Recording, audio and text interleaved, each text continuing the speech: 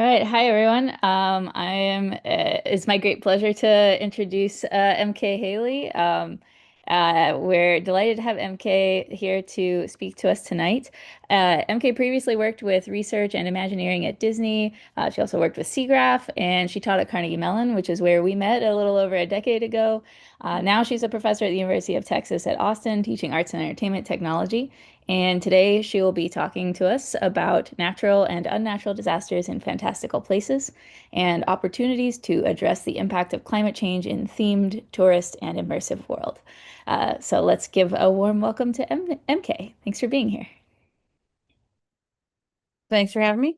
Um, so one of the things that I did when I was with Imagineering is the theme park division of the Walt Disney Company.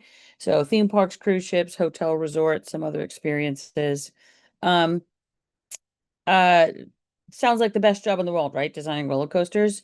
But it turns out it was really hard to recruit because people are very excited about the final product. They weren't really interested in the process to get there. Um, Jesse Shell, who's a colleague for MJ and I, he likes to say just because you like taking baths doesn't mean you can be a problem. Doesn't mean you can be a plumber. And I think you see that in gaming as well, right? People who are super excited about games want to be game designers but don't really understand the skill sets necessary. Um, so for 25, 30 years, I was in a position to teach at a variety of universities to sort of develop these pipelines and conduits and develop best practices for um, entering the workforce. Taught a class called Best Practices for Personal and Professional Presentation. So I also teach portfolio class and a bunch of other things. And one of the biggest issues right now for students who were hired last summer between May 1st of 2024 and October 1st of 2025, 60% of intern and entry-level candidates were fired. And it wasn't a competency issue, it was a professionalism issue. It was failure to communicate well, failure to behave professionally, failure to understand what industry norms were. So if you know that about yourself, as a generation, right, you're all painted with the exact same brush. You can proactively address that and be the candidate who does show up. 34% of new hires, both interns and entry level, didn't show up for their first day of work. Like they applied, they were interviewed, they were accepted, and then they just didn't show up. And in general, yeah, how do you say that? Ehegged? Um, yeah, like this shocked me, and I'm like, Google doopity doopity doop, like what is the research there? And the process, El Hadji, thank you. And the issue was the process stinks, right? The application and hiring process for jobs is just god awful.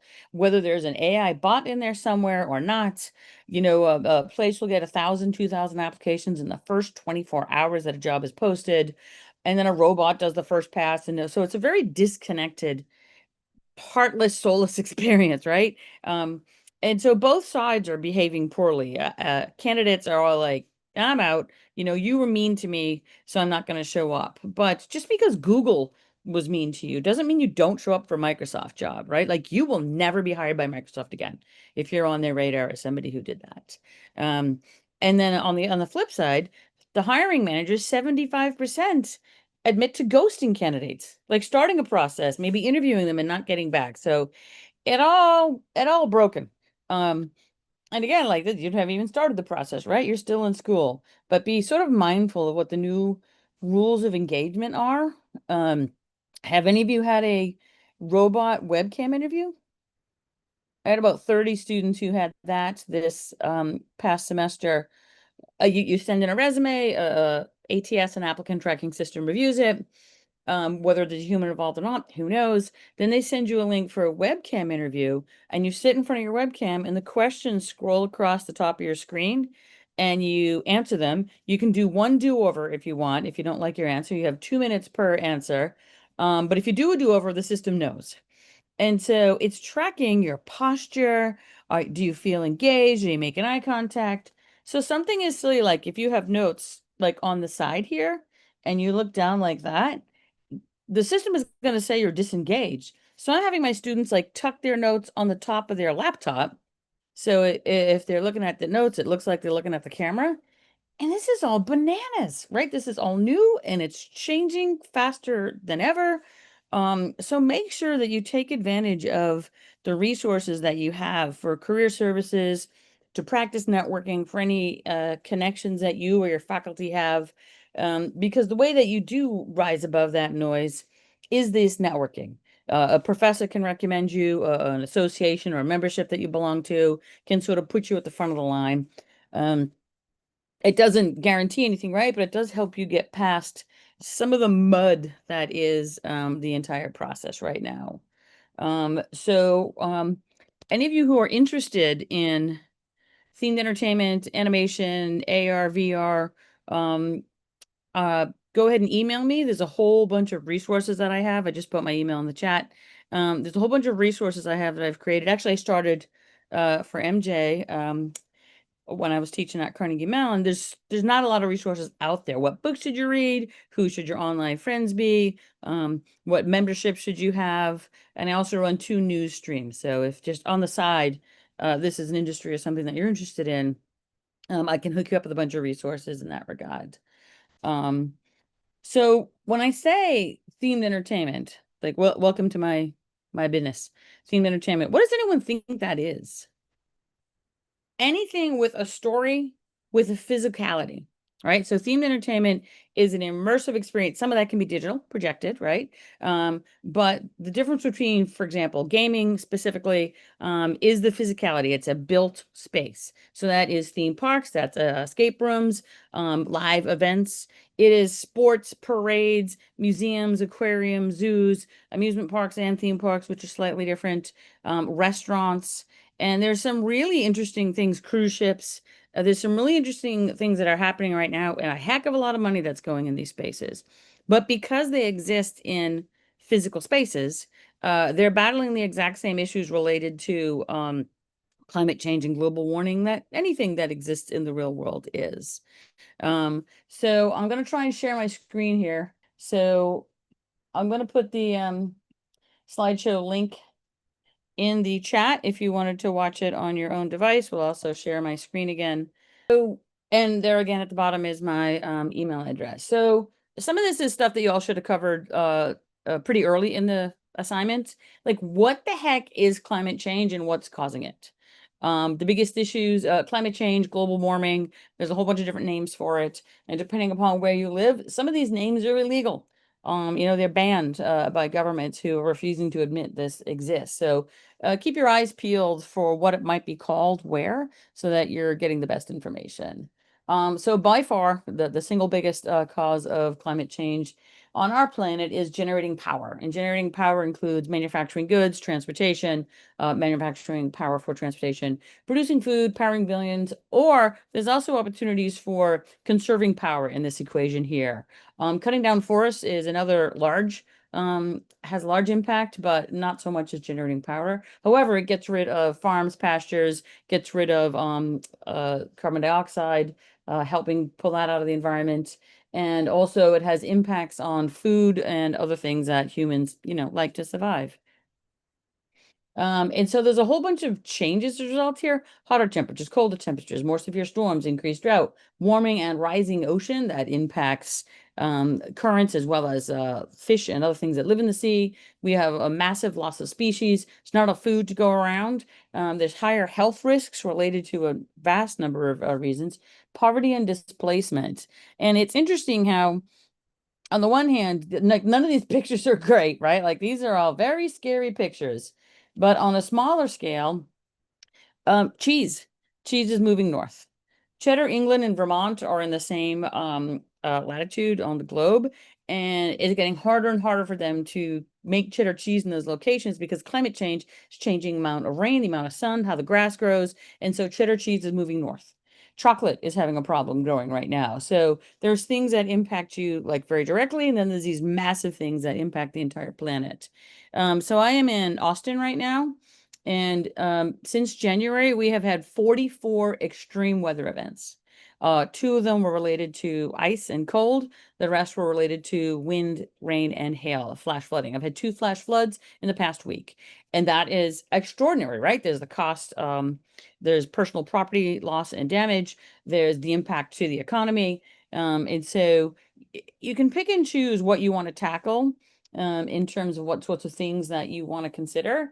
So there's several opportunities for you to consider here. One is simulate better experiences, use your expertise in game design to simulate what might new materials be that will better withstand some of these realities. Think about guest needs as they evolve and how do you meet those. Right now, there's an interesting challenge with materials in public places, whether it's a baseball park or a theme park. Materials that have been around for years suddenly are getting too hot. Guests can't sit on them. They're burning their backside. And this is something that may have been there for 20 years. So you can use, as a game, a simulation tool for a variety of materials at certain times of year to better choose that. Is that saving the world? Probably not. But as we'll see moving on, some of the most effective approaches to climate change is acting locally. Having small local impact is much easier for folks to digest and really feel as if what they're doing matters. Guest and staff overheating, there's massive issues with heat exhaustion. Flood abatement, you want to make sure and control the floods better or figure out how to manage them when they happen because they're going to manage. They're going to manage personal and property protection from extreme elements, wind, water, sun. I lived in Florida for many, many years. I lived in California for many, many years. Both those places are hot. One of the weird things I have here in Texas that I've never seen, the rubber in my car, the seal around my windows is corroding and rotting because of the heat. It is so dry. And so there's an example of personal damage. And then of course, bugs. There's most national parks now have what they call a skeeter meter, um, because the places where it was pretty easy to anticipate mosquitoes or other bugs, it's now changing because they're getting wetter. They're getting wetter for longer. And so bugs obviously not only are not pleasant to be bitten by, but they also spread disease. So you can think about your challenge. You can propose something that is a simulation on the front end that informs decision for actual production, or you can think about alternative experiences, right? Like what if I can't go to these things because it's too hot, what is an alternative or maybe a hybrid type of experience that you can develop? So whether that's a game-based alternative, it could be streamed content, right? It could be several years ago, we beta tested an iPad on a stick driving through a theme park. It was for Make-A-Wish kids who were unable to visit the park in person. But there are ways to simulate with physical reality or digital reality is what that experience might be like. So you choose what's more interesting to you. Do you want to use game as a simulation? Do you want to use gaming as a training sort of opportunity? Or do you want to create alternative experiences with your game that dovetail with some of these experiences? There's also the reality of some of these things are hugely popular. Who's familiar with who the Savannah Bananas are? I can't see any of you, so just be all like whoop whoop if you know who the Savannah Bananas are. Um, they were an NCAA summer baseball league. They've now spun off into their own league, and they have sold out every single game ever. They filled 80,000 person stadium, Clemson's football stadium. They filled up for a baseball game, and they have 4 million people on their waiting list. So that overwhelming demand has nothing to do with climate, right? But that might be something that you could consider alternative or parallel experiences for, because there's clearly way more demand than what they can provide. And ESPN has started broadcasting their games, but that's not typically very interactive.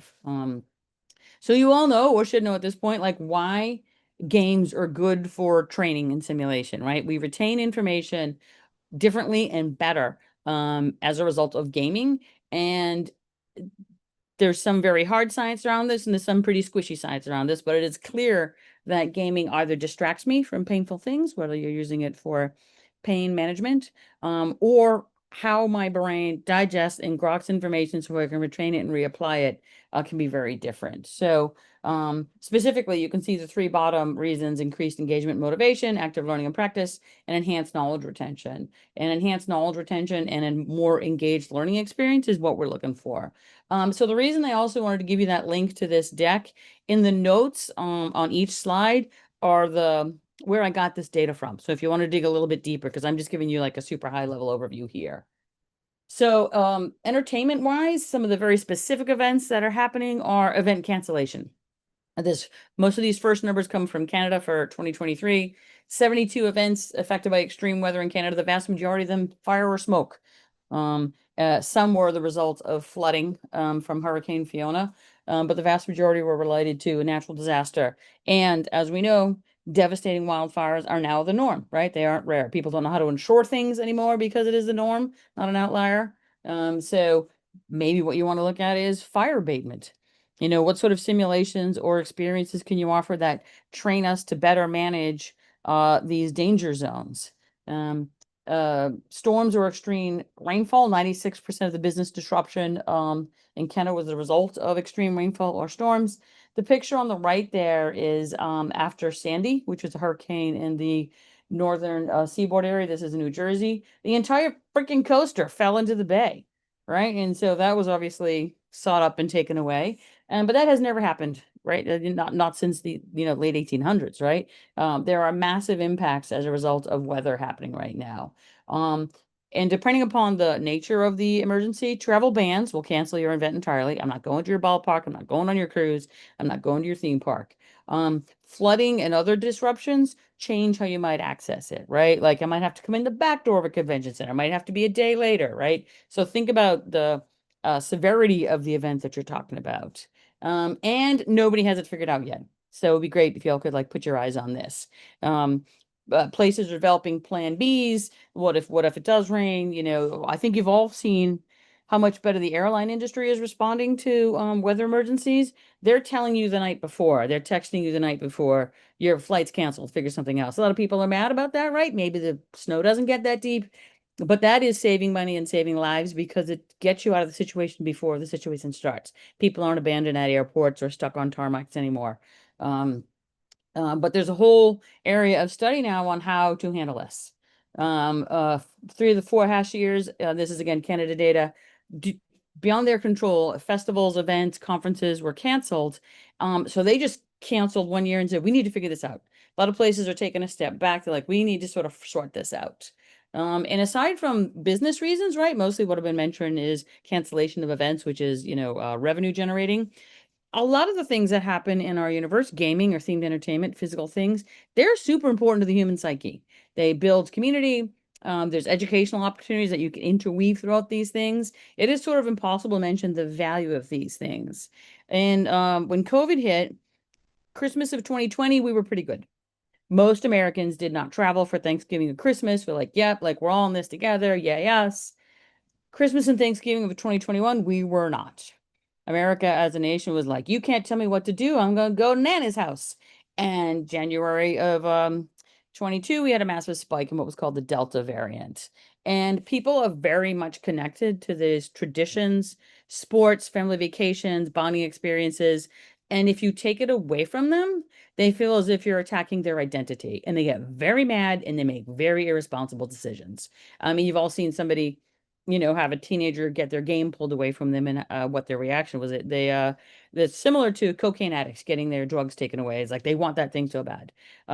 Nobody wants a theme park that bad, but there is a non-trivial emotional response to this. So thinking about the value add you can have by helping enable these things to happen, how good it is for pro-social values and American psyches. We thank you for working on that. So this is all research from the past 3 months. So cancellations are preempting these right now. So it's one thing to have something canceled because a hurricane or storm is blowing in, but right now people are changing their behaviors based upon weather things. So in the southeast, which is Florida, right, the eastern seaboard, Georgia, down Florida a little bit left, um, they're going to reduce the number of pleasant days by up to 23%.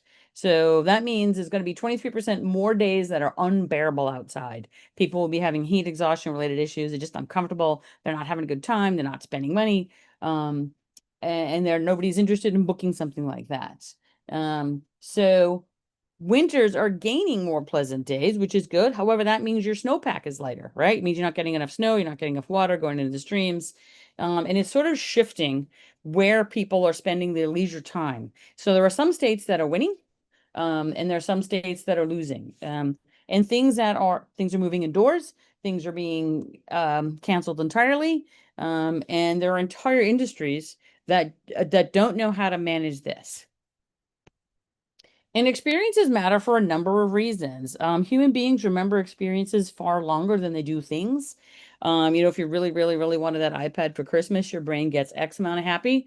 But if your family does something together as an experience, your brain gets a little happier and stays happier for longer. And if you have a physical thing, you have to keep raising the bar on that. First, it's an iPod, then it's an iPad, then it's a computer. Whereas if it's an experience, the same sort of thing can keep you equally happy for much longer over a long period of time. And again, there's a lot of really great brain research on this. This book I have here, The Experience Economy, they've just published a new version. This is the cover of the newer version. Um, Great research on why experiences matter. And it's not just an issue of money, it's an issue of pro-social values, humans bonding as a group, whether it's a soccer match or a parade or a sporting event or a theme park. They're very, very useful to community and culture. So paired with this is coming out of COVID, there's an explosive growth. People want to be with other people. And cruise ships, the Walt Disney Company just doubled its number of put in an order to build double the number of cruise ships they have. Things are being overbooked. There's major cities, Venice, Florence, Hawaii and parts of Japan are now putting fees on tourism because they believe it's being overcrowded. And many of these places, Venice, Hawaii, and Japan, are adding fees to guests to pay for environmental changes, to rebuild roads or to keep the air cleaner because this overcrowding is what's being blamed on some of that happening. So you can either have a reactive plan, how to manage a larger crowd, or you can have a proactive plan on how to help abate some of these or provide alternative experiences. There's another interesting term that you should have a look at. It's called blue ocean strategies. Blue ocean strategies are, rather than trying to do something better or less expensive, it's where the gaps where nothing is happening at all. And so that is an opportunity for you all as well, knowing what has been around for a long, long time in terms of family entertainment. And you can try and do that faster, better, cheaper, safer. But where are there gaps where nothing is happening at all? There's a fun little uptick right now in themed entertainment experiences, 100% aimed at the toddler set. So Legoland has been out for a while, right? And they did a great job of 1 to 7 years old. And now Peppa the Pig Park just opened up in Dallas. Universal Kids Resort, which is massive, is opening up in the Dallas-Fort Worth area. And that is 100% just aimed at this younger demographic. So that's an example of a blue ocean strategy of like, where was nothing happening? And you can fill that gap. And so some of the other trends in themed experiences that you can piggyback on, hyper luxury, hyper local, right? These are two pictures of both that Peppa the Pig Park and some of the concept art for Universal Kids. Nostalgia and family friendly. Nostalgia is huge right now. You can buy all the 80s video games in one little cute arcade cabinet. And people have quite an emphasis on family friendly activities. And that means there's babysitters there, right? How do you manage that? How do you schedule that? How do you make sure there's food available for the entire family, wherever your event is? And then climate solutions are the same. Climate solutions are there's the luxury options for the super fancy people. There's the hyper local. Local activity tends to have a better impact. And then there's like family friendly, like we need to all care about this together. And then there's tech trends that you can also piggyback on in some of your creative concepts. Virtual and augmented reality. Virtual reality has been the next big thing for 25 years. Augmented reality is making some non-trivial impacts, and it's on the back end a lot for simulation. So then your guest on the front end sees less of that, but there are more opportunities for guest experience as well. Robotic and autonomous characters, right? Putting some intelligence on these things. These little droids are all AI operated. They have quite a bit of intelligence on board. They know who you are. They remember if they've met you. So these guys are being trotted out all over the world right now. Mobile apps, which help personalize things, which help get you access to things in different ways. It also lets these experiences track you and your preferences. And then AI. AI is everywhere, whether it's the work schedule for everyone who's working at your place, how you book things, how you shuffle things around if there is a climate change. There's loads of opportunities in all of these areas. Um, so there, that was a whirlwind tour through 3 years of classes. Um, but one of the things that's fun about this is some of the easier things to point your fingers at, right? Data centers, particularly here in Texas. We have a lot of wide open spaces. Data centers are gobbling up massive amounts of power, and they're also giving off massive amounts of heat into the universe. That is low-hanging fruit for you all to work on. You can develop fun simulations on how to attach that, and even a small percentage change in a big problem is going to have a huge impact. But I wanted to open your eyes to there's literally nothing. There is no universe where your skill set doesn't add value if you can sort of change our lens on it climate wise. I like the opening statement on the IndieCave webpage about your generation caring about the environment. Yeah, you do. More so than prior's higher percentage. You will choose a Patagonia jacket over a North Face jacket because you appreciate their policies for the environment better. So that's a little tiny way, right, to help make change is that you're supporting the company that does things more environmentally. Um, but it is changing where you want to work. Your generation is picking companies to work for based upon their environmental and social justice policies. You're choosing products, and now you have a chance to help design them. Um, so go, questions. If anyone wants to type their questions in the chat, I'll read them out loud. You're also welcome to unmute and ask your questions. But while folks are thinking about them, I have one for you, MK. Uh, Talk it towards to the me. towards the beginning, you mentioned the value of thinking about solutions and strategies locally and making local change. And I Mhm. was wondering if you have any ideas or suggestions about like principles we can use from entertainment design, whether it's themed entertainment or game design, that can help activate people to make local changes and have local impacts, since you pointed out that these things can be really persuasive to people and help people make changes. So do you have specific Yes. So ideas? I put in the chat there a link to local climate solutions. And the reality is, so I want this on a t-shirt so bad, y'all. Make me aware, make me care, give me a call to action. The way that you have action happen or cause engagement is those three things. Make me aware. Fish. I know what fish are. Make me aware. Make me care. Oh, Nemo and Turtle and Crush and all his friends from Finding Nemo, like I care about them. They're characters I know something about. I want them to do well. If you don't have that last piece, the call to action, it's actually quite overwhelming for children. Children don't want to hear like, "Oh, tigers are dying." They're like, "Well, now what? I'm four. I can't impact that." So a tiny little call to action like recycle, and children can do that. Really spurs action after the experience, right? You go home and think about that, but also it's very empowering for everyone involved. So think about that. Make me aware, make me care, give me a call to action, and especially locally, that little call to action. I'm going to care more about my community, my state, my university than I am the world, right? Or than I am that, well, there's some fires in Canada right now. Like that's true. There's fires in Canada right now. It's impacting the quality of air around the world.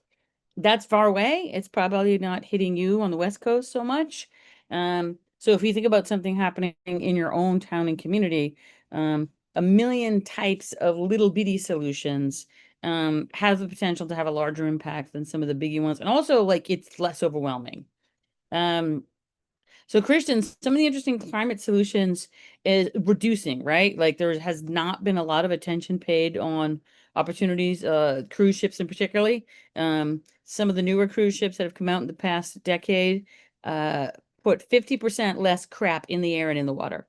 So that right there, like they're operating more efficiently. They're not doing anything particularly earth-shattering or new, but they're operating more efficiently. And so we've seen that. Also, a lot of research into materials. What are materials that shade structures? One of the links here. um, has a link to a shade structure company. There's a link from Too Hot for Disney. Florida tourism could take serious hit from soaring temperatures. Misters are being added, but that's all helping relieve me from the temperature changes that are also there.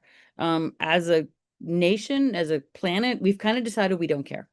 There has been very few changes where it could matter on climate change. So sometimes maybe all we have left is trying to abate it.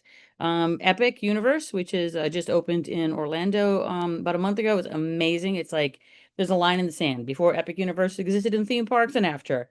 Over half of those attractions don't run when it's raining. I'm not the MBA who was running that project, but it's in Florida. Every single summer afternoon it rains. So over 200 days a year, you have at least 20 or 30 minutes of rain. Now with massive amounts of climate change happening, longer storms, heavier storms. There was a flash flood at Magic Kingdom in Orlando this morning in the Tomorrowland section. Drains blocked and cast members on their hands and knees pulling stuff out of the drains. Like, I can't imagine removing over 50% of the experiences in that one land due to inclement weather when inclement weather ain't a new idea. Um, so, um, so how do you see these things yourself, Christian, in these theme parks? You're going to see one thing that Epic Universe did really well is they say we took parks seriously, way more trees. So trees act not only as shading structures, but they also help with they allow for breezes to come through a little bit easier. They also allow for the carbon dioxide cleanup. So look for planting in trees. And guess what? They're expensive. You got to maintain them. You got to you got to make sure that you water them. They sometimes block sight lines. You're like, no, I want you to see that castle or the fireworks really well. And so it's a draw between shorter trees, bigger trees, environment, view of the fireworks. So keep your eyes peeled for shade structures, water misters, um, options to get free water in a water dispenser, and trees, plant life. Um,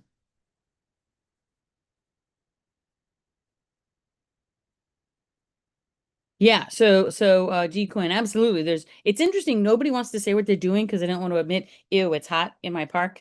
So everybody is doing this research kind of in secret, whether it's composting or trash removal. There are some really amazing things going on, but everyone thinks that their story and their attractions are the star of the show, and they don't want to talk about bug invasions and how do you work with that and balance the ecosystem in that way.